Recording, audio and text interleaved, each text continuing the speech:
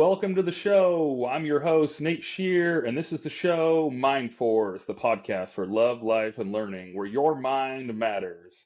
Today, we have Colonel Gloria Walski, and today we're going to be talking about being a commander. Welcome to the show, Colonel Walski. You. We're, I'm happy to be here.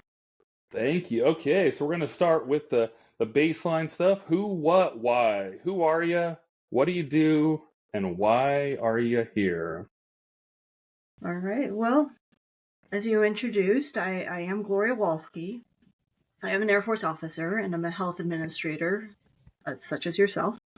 Medical Service Corps is what we like to refer to ourselves, so MSC. Right now, I am the Chief of Medical Readiness for the Air Force Medical Command, and we also support the United States Space Force. It's pretty cool. We get to support deployments and global contingencies, disaster response. We also work with medical emergency management and homeland defense planning. But I haven't done readiness my entire career. I've been in the Air Force for a little over 20 years. I've done quite a bit of readiness, emergency management for the civilians. But I've also done a lot of group practice management, health plans. So kind of a good balance in our career field. And then, as you That's good. mentioned, with command, I did 5 years of squadron command at 2 different med groups.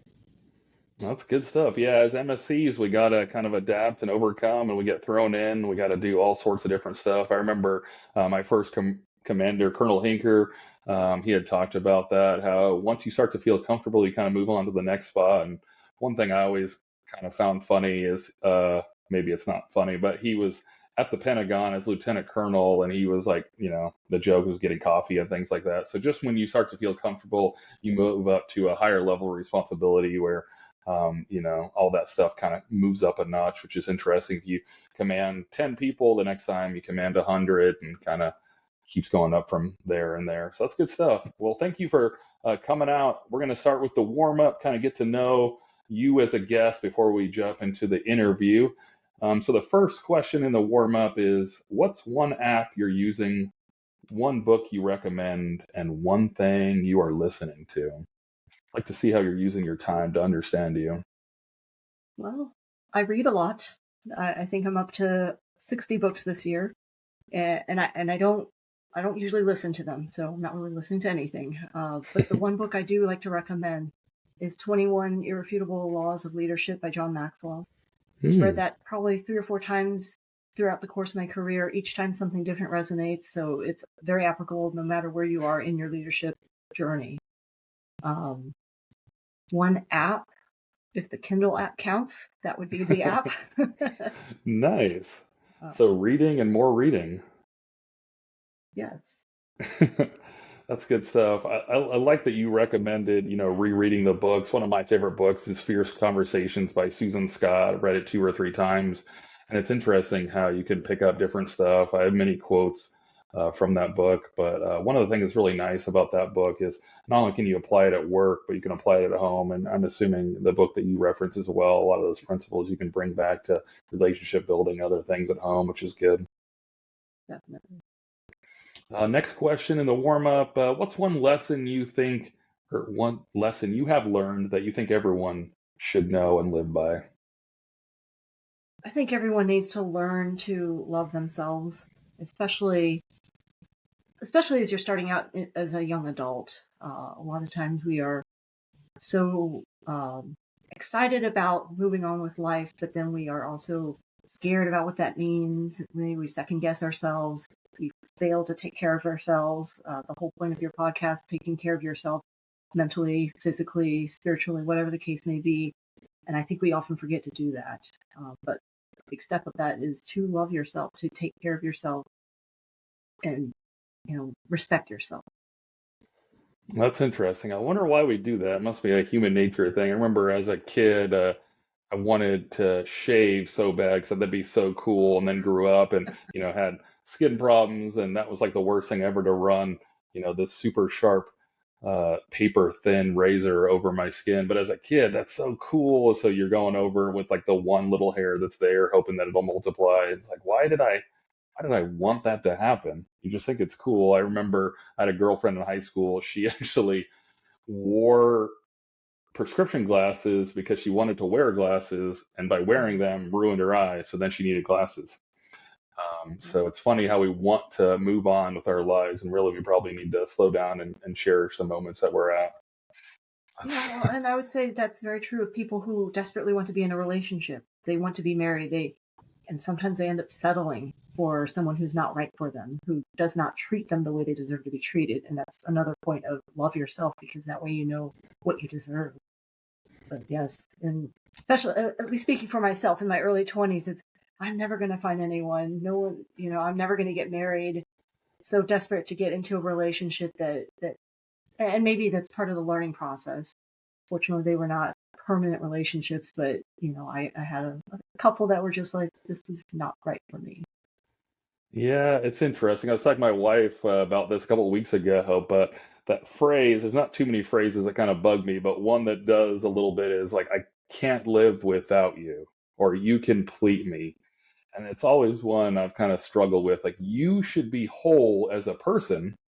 And then when you find somebody, it's an added bonus and you do more good things. It's a multiplier. It's even better, but you shouldn't need someone to complete you. I know that it's, on the Hallmark card and it's meant to sound good and sound, romantic and things like that. So I hate to shoot it down, but I do wish people would think about it. You shouldn't need another human to complete you. You are whole by yourself. So yeah, that's a very good point. Be complete yourself. Yeah. So we're going to move on to the next question. This is a fun one. We'll see what comes out. If you could describe yourself in 3 words, what would it be? Well, I heard this described about me recently: kind, firm. Um, I know that's only two. Maybe double down on the kind or on the firm. Either one, yeah. That's awesome. Okay, so we're going to move into the interview. Want to make sure we're keeping this a dialogue back and forth. So we're going to open up and give you a chance to ask me a question. What do you got? Okay, so I understand that you were prior enlisted. You started out as a air traffic controller, is that correct? Yes. And then moved into the contracting career field uh, before you commissioned as a medical service corps officer. So you were an NCO, a non-commissioned officer. So you had already gone to Airman Leadership School. You were already a supervisor responsible for projects, programs, and other people. And then when you commissioned as a first or second lieutenant, Second from the second bottom. lieutenant, um, I I imagine that there was a learning curve going from NCO to officer. And what was that like from a leadership perspective? Okay, yeah, absolutely. So it's kind of funny as a senior NCO, as a staff sergeant, I tested once for tech and then got picked up after that. And so I did have on average between 3 and 5 troops. And so kind of a funny story with this, I got put at Edwards Air Force Base, where there's only just over 200 people in the clinic, so relatively small clinic. And I was all excited to get all these people because I thought I was going up in responsibility as I crossed over, and I had one troop that was a senior airman. So it's just me and her, kind of what felt like at some points against the med group. I'm sure that's not how it should be. But yeah, it was really interesting to have that kind of sticker shock. I kind of tell people, and when I help people with the commissioning process, I try to jump on some of the pages and help them as they get selected and things like that. Try to prepare them. I hope that it never comes off as like a negative type thing. I don't want it to be that way, but I was really surprised and kind of shocked at how much I didn't know. So I was in small units and contracting. Usually they're 30 to 40 people, half being civilian, half being active duty. And so I went to a lot of the staff meetings and I thought I knew all the things that were happening because I was included in what I thought was most of the things. But a lot of the decisions that are being made are a lot higher level than a staff sergeant. So more closed door meetings, side conversations and different things like that. So the first year was really difficult for me. So My best friend, Captain Guthrie, Kyle Guthrie, he's out at Spengalum right now. We started the same day there at Edwards, and hopefully I'm not speaking on his behalf, but the first year was a little rough for us. I think we thought we knew what we were getting into, but we didn't. So one challenge I really had, I think, was the level and scope of responsibility. So I didn't have people, and so I think in a lot of cases, from what I've seen, the responsibility comes from people or programs. Those are kind of your two, and not to oversimplify it, but usually you have larger flights, your TOPA, which is your insurance, and other things. But to summarize, or logistics are usually your larger flights, and so like Kadena, I had 100 people out there, but at Edwards, I only had the two people, but a lot of programs. When I came back from HSA, I got handed, oh, I think I'll remember this forever, 28 blue folders. I was like, what are these blue folders? And it was my name on 28 different appointment letters where I was now the expert. And most of those programs in readiness report directly to the group. So not even at the squadron level, but unit deployment manager and a long list of other things, anti-terrorism, security, other things that I had to have routine meetings, different stuff with the group commander. And you can't really, I mean, at least personally, I don't feel in a lot of cases it's appropriate to be like, I don't know, unless I really don't and got to go track it down. But you don't want to say, I don't know over and over. And so I think, I'm kind of drawing this out, but I think that was the biggest change. Just the scope of responsibility was so big. And it went in a different direction, I think, because I really thought it was going to be people, and really it was all those programs that were integral to the group feeding into the wing. And so that really threw me off. And it was a pretty stressful first year. But yeah, does that get after it? I think so. And having been there as a young officer in readiness, responsible for a ton of programs that are high impact, and having no direct control over the people, if you will, who have to Hmm. do all the training, it was definitely a lesson in leadership, leading people who aren't under your responsibility, getting people, influencing people to do something they may not want to do so that you can have a successful program. Absolutely. And one thing I remember is that term like running the bus over people. And so that's one thing I try to remember. There's a difference between that and holding people accountable. I think that's really difficult because you go to the MRC, which is the Medical Readiness Committee, and you have to show deficiencies in different things. May it be training or whatever it may be. And so some people would be like, well, that's unfair. You put me up there. But what I did was, and I think a nice person, and I think I'm more on the people pleasing side. So that is difficult for me. But what felt comfortable to me was I had time hacks that ran up to the MRC. So it was like 2 weeks out, 1 week out on the MRC. And so I'd send out the report from MRDSS. Try not to use too many acronyms on here, but the system we use for tracking things, and I gave them the heads up that they were going to be highlighted and then highlighting them. And I think that is, holding people accountable as opposed to running them over. You had the chance, and then at that point, I have to highlight it. So I think if you build in the right timelines and you give people the chance and communicate, I think, we'll probably talk about communication here later because it's always a big issue. But if you communicated what you can, it's not the bus at that point. You just have to do what you got to do. You told them the bus was coming. You gave them a chance to get out of the way. If they got run over, Absolutely. it was their own fault. Absolutely. But I definitely agree. And I remember coming home and like talking to my wife a couple times where I was a little discouraged being readiness, and sometimes feeling like I was in the way, which is a really odd feeling because I'd run training day or set something up, and then I'd hear comments off to the side where the providers weren't being able to keep up with their admin notes or something. And so I did have a little bit of turmoil the first year or two, and I did almost 3 years at that first position there in readiness, and so I did get discouraged sometimes, feeling like I was a distraction. It kind of felt like, but yeah, what are your thoughts on kind of the distraction there? We know it's necessary, but there's so much to do there in healthcare. There is, but if we remember that the reason we wear the uniform is for the readiness response piece of it, that should be the priority. Yes, we have to take care of patients, but they chose to volunteer to serve. They could have, as providers, done this in the civilian sector, not have to worry about their extra stuff that we're making them do, but the extra stuff is why they joined. That's So why we wear the that's why we uniform. Yeah. rotate. That's a good one. Yeah, it's always good to remember. I remember being a little discouraged and disappointed when I planned all these events for training day, and then I see like someone walking up to their car. I'm like, "Hey, where are you going?" And they're like, "Oh, the DMV. Training day is the day I run my errands." Like, run your errands? That's not what training day is for. Oh my, Um, yeah. but we'll we'll move on to this the topic of the day for discussion. So let's give a foundation of yourself. So can you give us your origin story, your background? Yes, absolutely. So my parents, or my dad, was in the Air Force. He retired from the Air Force actually. He immigrated from Taiwan. Both my parents are from Taiwan, so from that perspective, a little bit unique. When I was growing up, I was the only Chinese American military Air Force brat.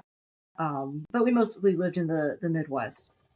When it came time for me to apply to college, I applied to a school in St. Louis, which private school cost a lot of money. And my dad's like, well, I hope you find a scholarship to pay for that.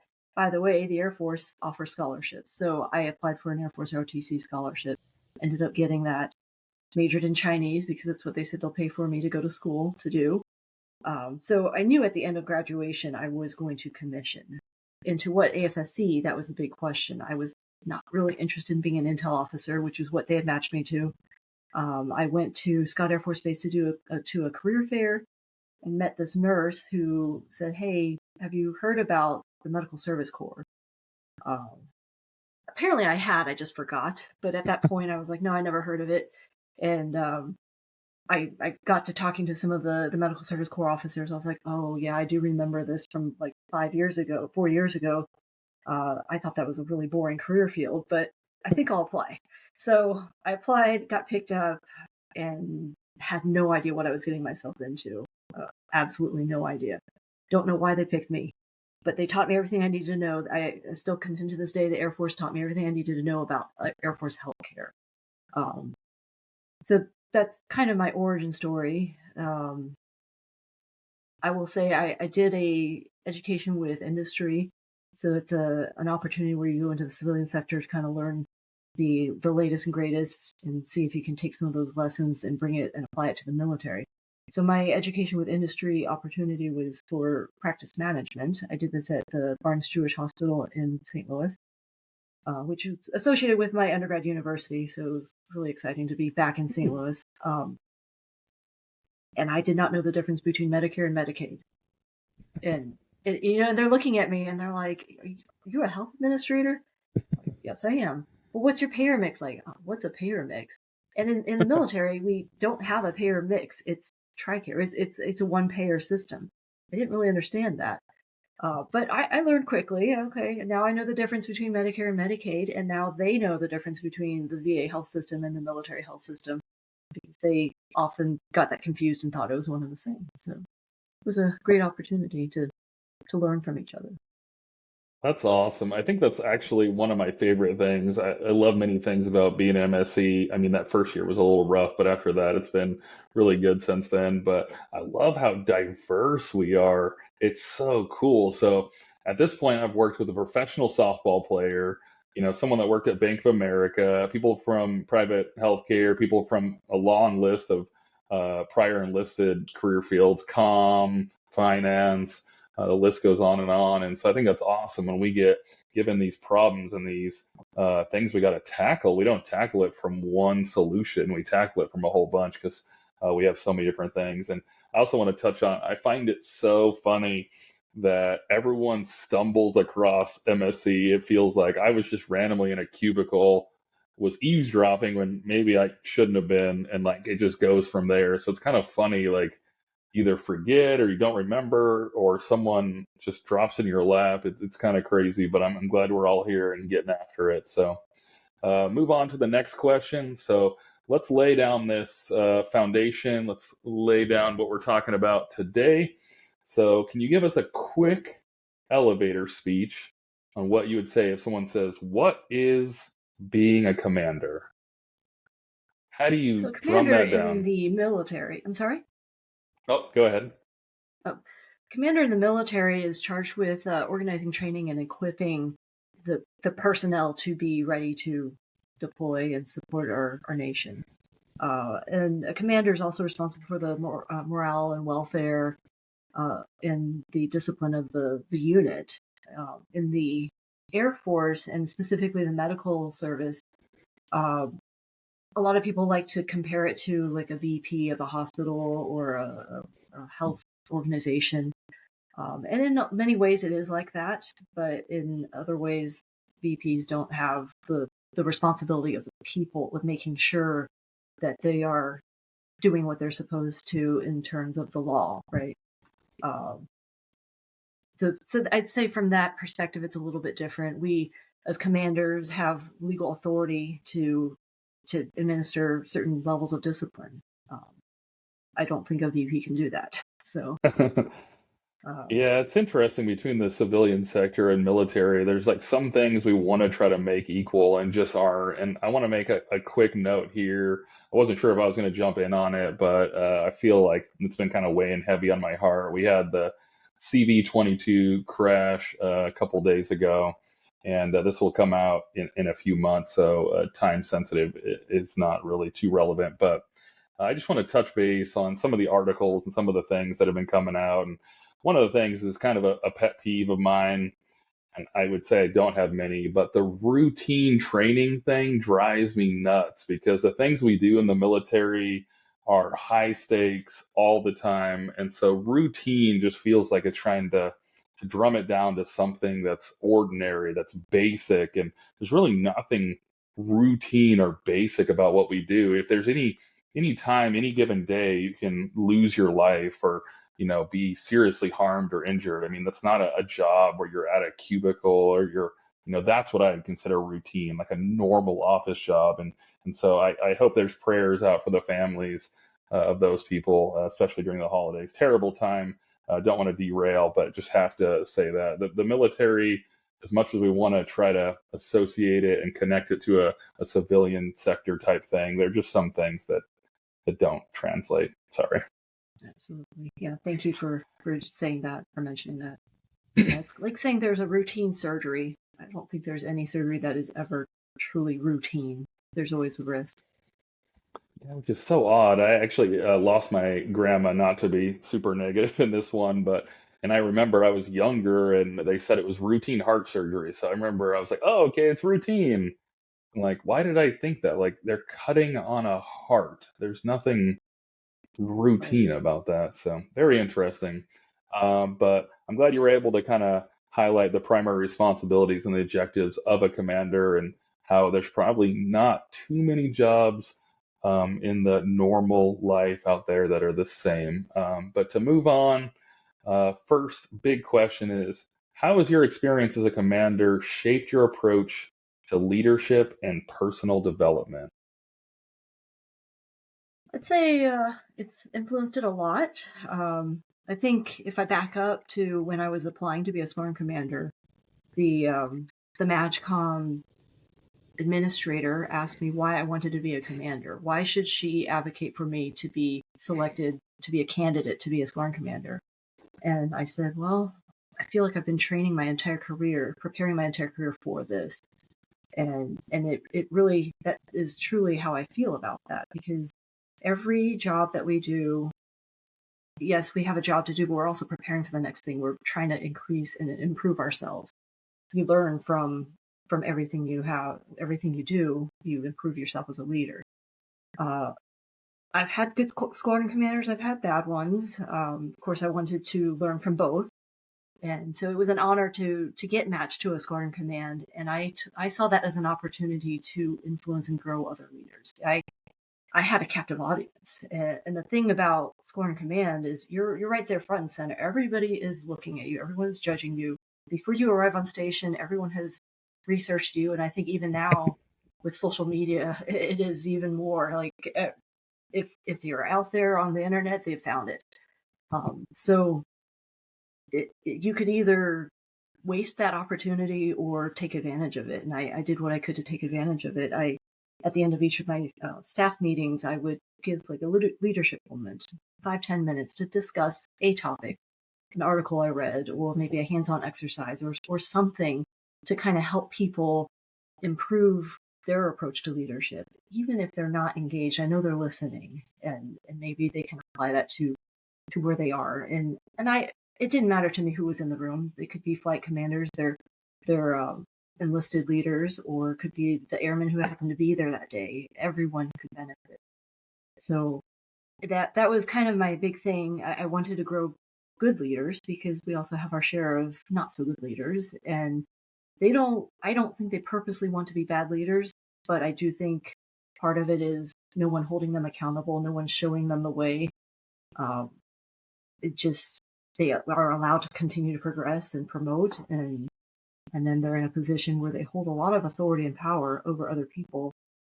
And if you wield that power poorly, you could ruin a lot of lives, or people just quit. They quit bad leaders, not jobs. So Yeah, absolutely. I want to go off script and ask a quick question, maybe more from a personal standpoint, but I'd like to know. yeah, So, when you were about to publish your first episode, wow, your first, I don't know what they're called, your first article. blog Is that an post. article for the Okay, blog? blog post. I think. Yeah. Okay, so blog post, what was your apprehension on going into this space that is now public? And like you said, there's research, of social media. What were your thoughts and feeling? Like I kind of had a lot of them as I was about to go out there. But I'm curious, like you have now put pen to paper or finger to keyboard, I guess in this case, and putting it out there on the internet. And so when you're inbound, are you worried that people are going to say, "Oh, she said this," or I mean, what was that thought process as you went to publish the very first one? It was very scary, and I had to force myself. Okay, I am going live, and it's going to happen, and I don't have to tell anyone about it. But then, what's the point of doing this if I'm not telling anyone? So, yeah, it was terrifying. But then I also told myself nothing that I have published is anything I haven't already talked about in my squadron. It's nothing I haven't already presented in a lunch and learn somewhere. And everything I talk about is truly what I've done. And so, yes, there are times when I'm like, okay, I'm going to sit down, I'm going to give feedback to somebody. Are they going to point back? Well, you said this. Well, there's absolutely nothing they could possibly say that I said that I don't really do. So, does that Hmm. make sense? Yeah, So, absolutely. So have you ever had that backfire where you said, "Be nice to people" or something, and they're like, "Hey, you're not being nice to me," or I don't know. I haven't. I've gotten very positive feedback on this. I don't generally talk about my blog at work, to be honest, but a lot of, like I said, people find it. They do their internet research. And then every once in a while, somebody like, "Hey, I saw your post," or they'll mention it. But yeah, Okay, cool. Let's move on to the next question. So I want to steer away from, generalities and things like that. I really want to give listeners specific actionable tips. So can you share a specific challenge or situation from your commanding days, and kind of walk us through what happened and what the valuable lessons were about that? as a commander, it's people is always going to be your biggest where you invest most of your time, right? Whether it's you're trying to grow them to be a better human being or better leader, or if you're just trying to redirect them from a bad mistake that they made. So I'd say every time I've had to issue paperwork or sit down with somebody to kind of talk through uh, a life event that may have turned their world upside down, those have always been challenging. But you can't shy away from confrontation if that's what the situation is, and but you have to be firm, you have to be fair, and you don't have to be like, oh, I can't believe you did this, you suck. Like that will never get you anywhere. People stop listening after that. Hmm. What's worked for me is to say, I know that sometimes we don't always make the best decisions. Spur of the moment, whatever the situation may be. I'm sure you're disappointed in yourself. I am disappointed in you, but I think you can do better, and we move on. But the biggest challenge as a squadron commander, honestly, was trying to make that grow that network, and you probably experience it at every level in the Air Force. Yes, teamwork is highly valued, but then it's also a very competitive world, Mm, right? We're always getting stratified on our officer performance reports, and who doesn't want the number one, right? But there are some people who make it very known, and it can be really challenging. And so, yes, I experienced that not just as a squadron commander, but at all levels, as a CGO, as an FGO. absolutely. So next question is, decision making can impact people's lives. What principles of decision making and risk management have you learned in your time so far? Well, the thing about decision making is that you have to be comfortable with getting 80%, not making a decision without 100% of the information, Mm, because sometimes you're just not 30%. going to get that. Yeah, and you just don't have time to get all of the information, because by then there's almost no point in making that decision. But you have to consider everything you can. I had several squadron enlisted leaders, but definitely relying on their suggestions, their advice, what their perspectives are. Same thing with the first sergeant. If there's a supervisor involved, just talking to everyone to say, hey, what am I missing? Is there anything else I need to know? And then you can make a decision if it's about a person. And knowing that, yes, if I issue uh, an Article 15 where somebody is going to get demoted, which impacts their pay, which could impact their family life. I've Mhm. had people write letters, like family members write letters begging me to not make a certain decision. So all of that is considered, but you also have to weigh, what is the outcome? What is the desired outcome? Absolutely. And you don't want paralysis via analysis where you just sit and kind of mull over it forever. But have you seen, positive results from sleeping on it, or what's some of the things you do where it kind of makes you feel more at peace with it, other than touching to the SEL and first sergeants, other things that kind of make you feel more concrete in your decision? I mean, yeah, it's always, if you have time, it's always good to sleep on it. You always want to, depending on what the situation is, seek as much advice as you can from the legal office, or your boss or whatever. But at the end of the day, as a commander, it's your decision. Hmm. You don't want to ever become a point where somebody else has to make that decision for you, because then, in my mind, what's the point of you being that commander?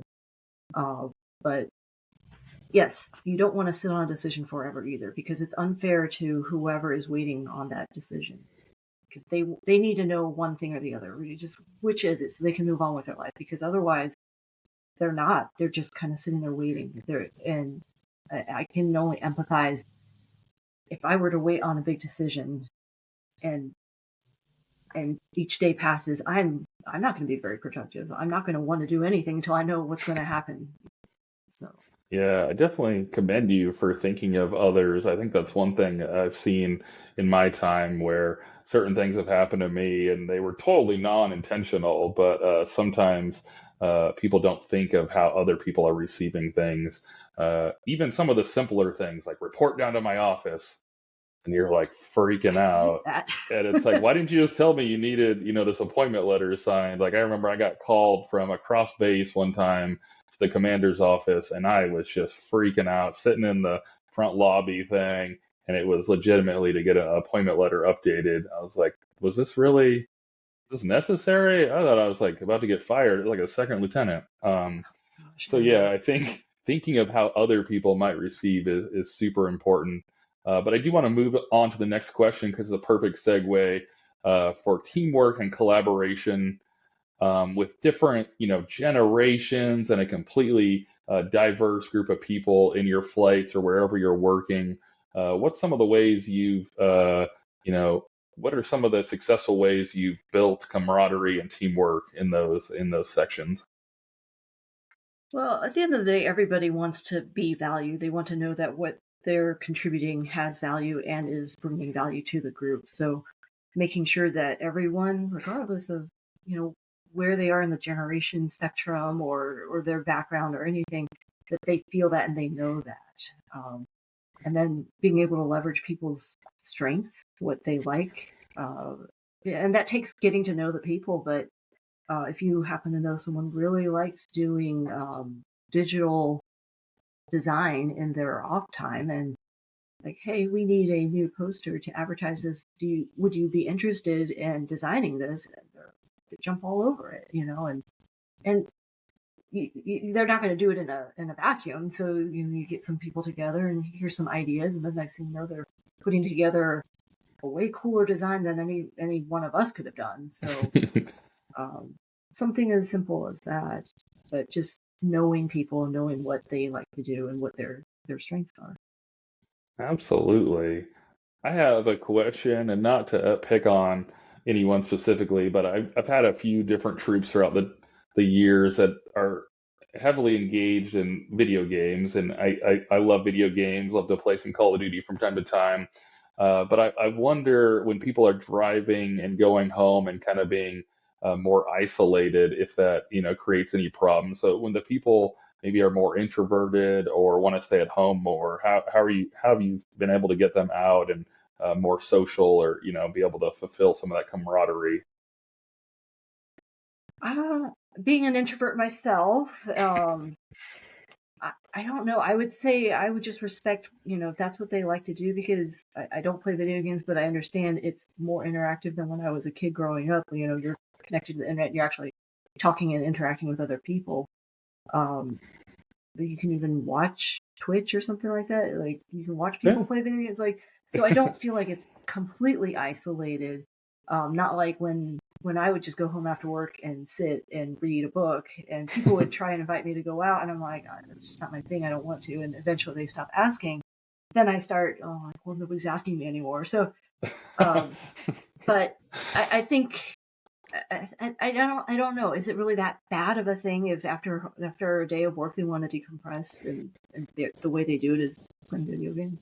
Now, when it interferes with sleep and they're unable to come to work on time, then that's a whole different story. But um, Yeah, I guess the example I would use, keeping it somewhat vague, is some of the events you put together, even on duty times, where you try to do a barbecue or something, and you have 10 or 20% of people actually showing up, or even when given the option between like doing the barbecue or work, you have the mass majority of the flight. Like I'd rather just work. I don't even want to go to the barbecue. Like, do you have any tips or anything on that, getting them out? well, I I don't know. I'll say my squadron a couple of years ago, they wanted to do a Christmas party, and they said they wanted to make it Jaws 4 themed, Hmm. because apparently that movie took place during Christmas. I never watched it, but it came to me in September, and they were completely joking, asking if they could do that. I was like, yeah, make it happen.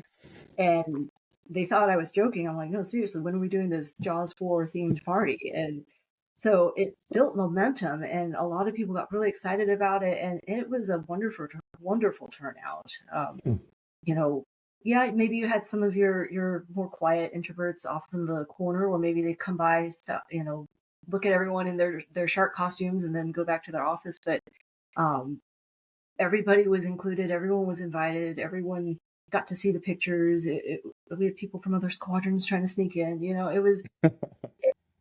I think if you get people to actually put it together, be involved in the planning process, then they feel Mm. more invested, instead of um, nothing against Booster Club, but instead of, like the 5 people on the Booster Club, they're like, oh, we put together this thing for you. And everyone's like, okay, cool, thanks.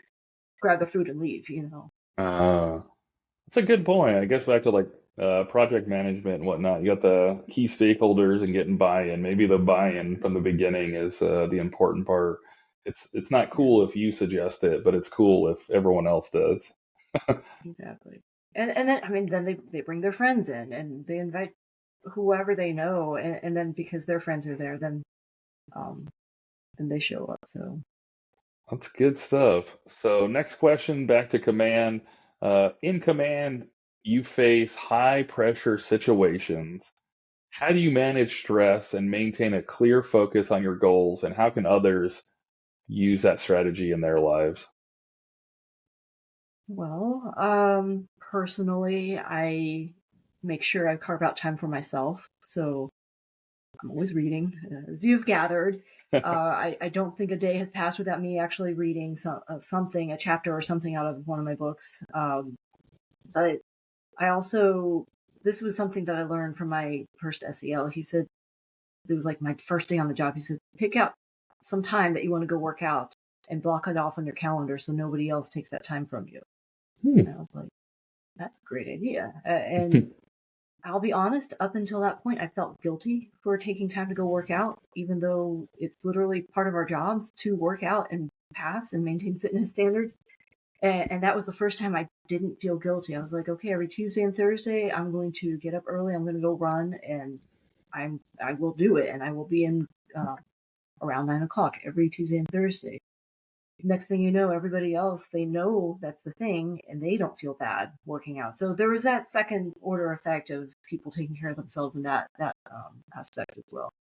But yeah, I enjoy running. I haven't always loved running, but it helps clear my mind, and keep me focused. And then with goal setting, I think as long as I can write it down and say, okay, by such and such day, this is when I expect to happen. I'm generally pretty good about staying on track. Um, the other thing is being able to delegate, being comfortable delegating. You can't do everything yourself. If you did, you wouldn't have time to do the things that you need to take care of, like yourself, and your family. That's a good one. I got to jump in on that. So we talked about crossing over from NCO to officer, and one of those things you do have to do is more of that delegation so that everyone can get done. Do you have any tips on feeling more at ease with that? Because maybe it's when we move from the tactical level or whatever it is, but it always feels like you're shirking your duty, which we know is not true, but I think we all have a little trouble with that. Do you have any advice on that?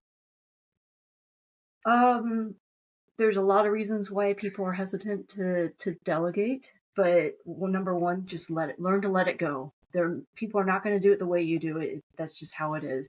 If you try to get people to do it the way you want them to do it, then you become a micromanager. You might as well just do it yourself. Mm. Um, but I think if you empower people to make decisions and be responsible within their scope of responsibility, the same thing with the party. They feel more involved and more motivated and engaged in the whole process, and they'll surprise you. They may come up with a better way to do things than you just didn't see or didn't know. But yeah, there's a fine line between here's all my work, you take care of it, thank you, I'll see you when I get back from the golf course, and then there's um, here's the end goal. Come up with ways to get there. Let me know if you need help. You can do it. Go forth and do great things. But you're as a leader, you're not going to have time to do everything yourself. Mm. So maybe just the realization is the most important part.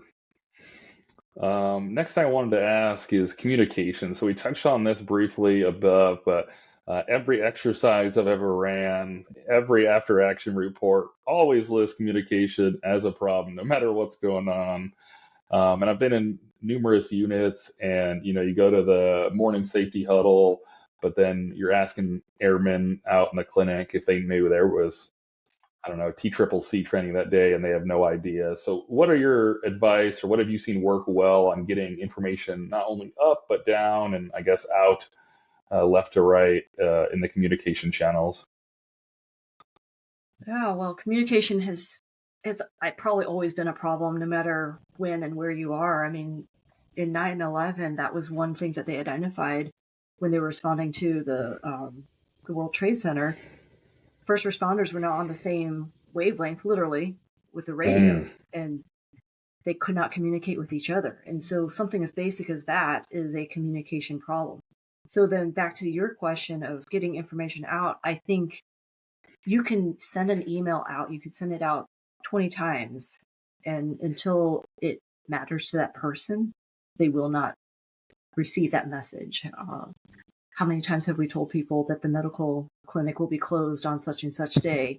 And we advertise it, and nobody pays attention to that. That person, I wasn't looking at that, I wasn't paying attention to that, but today's the day that I came in to get my meds and you guys are closed. So we do our best. So now when we were talking about exercises, like responses and stuff like that, I'm assuming you're talking about like a medical emergency management exercise, perhaps. Yeah, absolutely. Uh, that kind of ties back into the 9/11 thing, where you want to make sure that the message is transmitted, it is received. Um, you just have to keep working at it. I don't really have any, 100% answers. Um, I think everyone, when they have an experience where, oh, we didn't get that message well, we didn't receive it well, we didn't transmit it well, they do better next time. But then you have a different group of people. Mm. And Did you so, see any more, more positive results from, releasing stuff at staff meetings or emails or catching people or, face to face? Or is it just kind of, like you said, depending on, who the sender and receiver are? I think, when you go to a medical appointment, they ask what your preferred learning method is. It reading, Mm. writing, doing, watching? I think that's the same thing with communication. Some people just respond better to you talking to them face to face, or an email or a text. And so sometimes, depending on how important this message is that you need to get out there, email, follow up with an in person, hey, did you get a chance to see that? And this is what it was about. Uh, it's easy to say, oh, at my staff meeting, I expect all my flight commanders to go out and talk about it at their staff meetings. Well, sometimes people aren't always there. I was asked if I would type up a summary of my staff meetings and send it out. And I'm kind of like, I could, but I don't have time really to do that every single Mm. week. Uh, do the best we can. And if it, like I said, if it's extremely important, you will go back out there in person and face to face, make sure that that message was received. Makes sense. Next one is core to mental fitness, the whole purpose behind this show. So, adaptability and resilience are core to the military. It's just in every kind of facet of what we do. How can we learn to embrace change and bounce back from setbacks in our personal and professional lives? Things don't go the way we want them to. Well, I think um, you have to learn to give yourself grace if it's a mistake that you made personally. Um, we're all here to learn. I still make mistakes to this day. It's not anything that ever will go away. As parents, we're not natural born parents. We don't know everything, right? You can read all the books, but that doesn't mean the execution will go exactly how you expect it to. So just learn to give yourself grace on that, and control your controllables. Like if something happened that was completely out of your control, don't dwell on it. There's literally nothing you can do about it. Um, so I think that's a big part of it. But from a mental health perspective, it's always good to know where your resources are and to be willing to Mhm. reach out to those resources. Absolutely. So we kind of talked about a difficult time or something you went through and kind of what you learned about. I'd like to flip it kind of the other way. What would you say is like two, three, or maybe even just one? I don't know if it's you can find one moment, but what would you say is like one of the biggest accomplishments or projects you've worked on and kind of what you learned from that experience as well? Oh boy. Any one project. You can Hmm. mention a couple. I'm sure it's hard to narrow it down. The ones that pop right to the memory. Gosh, I don't know. I mean, I've done a lot of really cool things in the Air Force. And for whatever reason, my deployment is kind of what comes to mind. I got picked to go to a deployment to be a logistics officer, and I had maybe been a logistics officer for about 6 months, maybe 12. But honestly, most of that time was focused on our medical contracts. So I really did not feel comfortable deploying as a logistics officer. And my squadron commander at the time was like, yeah, don't worry about it. You've got guidance. You can always reach back. There's there's doc AFIs that you can always look at, but it'll be okay. You'll figure it out as you go. And he was right. And actually, even though they said I was going as a logistics officer, I was actually going as an air advisor Uh, my team was responsible for advising the Iraqi Air Force Surgeon General, and we helped him stand up like a aeromedical center. Um, so that was pretty cool to do. And then I actually helped one of their nurses apply for a special visa to come to, I think it was at Wright Pat, maybe San Antonio. I don't remember where the schoolhouse was, but to learn how to do flight nursing. And so to this day, he's still helping his fellow countrymen evacuate them to higher echelons of medical care. So Oh, that's good. I'd Yeah, say I feel pretty proud about that. that's good stuff. It's awesome when the legacy lives on. That's good stuff. And the final command specific question is what are some of the biggest trends or challenges or things as we move forward? So, kind of talked about past experience, but I'd like to know what you see as the future of AFMS or whatever you want to highlight as we're going forward. I wish I had a crystal ball. There is a lot of change going on right now, and I know that by the time this is published, we'll probably know what that change is going to look like. Um, this next week is the senior leader workshop, so there's a Mm, lot that we expect to be discussed and revealed at that point. But I'd say a lot of the changes are at a higher level, which um, change has been constant in my entire career, but I'd say we've had a lot more of it just kind of back like an accordion, like all smashed together in the last 5. You just take it one day at a time. You know, I'm learning just like everybody else, and I remember when the Defense Health Agency became a thing, and everyone was very nervous about that, and it really wasn't. I don't think it was really that big of a deal when they were official. They're still trying to figure out what right looks like. So mm. um, nothing happens that quickly. So And one thing I find interesting in the military, we say something's going away or something like that, and half the time it's like renamed and it's like the same. And so it is funny how we, I guess, human nature like to just get so excited and, lose our mind. And then really it's like renamed and everyone's coming to work and doing basically the same thing. And then the last question I got for you, since the podcast is focused on mental fitness, um, for our listeners out there, what's an actionable thing someone could take this day, this week, a tip or strategy to improve their own mental fitness? I think if you just take time for yourself, take time to either reflect or do something that you enjoy.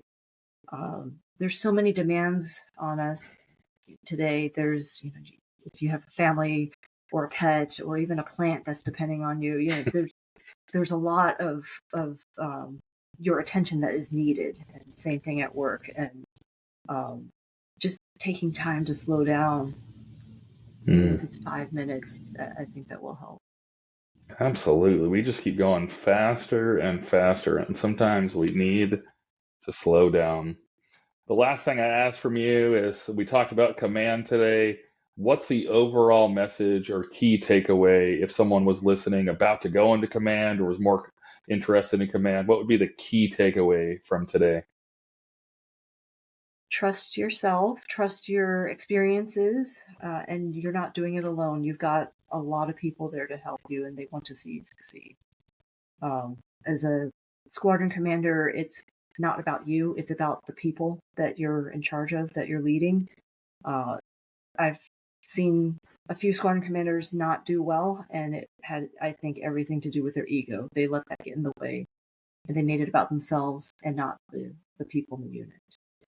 So don't do that. That's, yeah, don't do that. Definitely.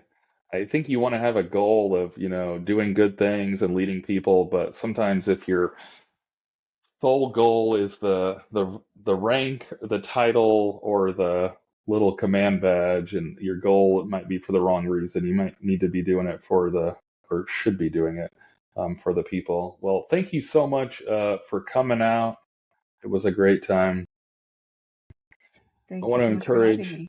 absolutely. I want to encourage all the listeners. Let me know what's good, bad, indifferent, social media. Please check out the Buzzsprout website or the YouTube channel, depending on if you're looking for audio podcast or videos. But that's all I have for this one. I love you all and see ya.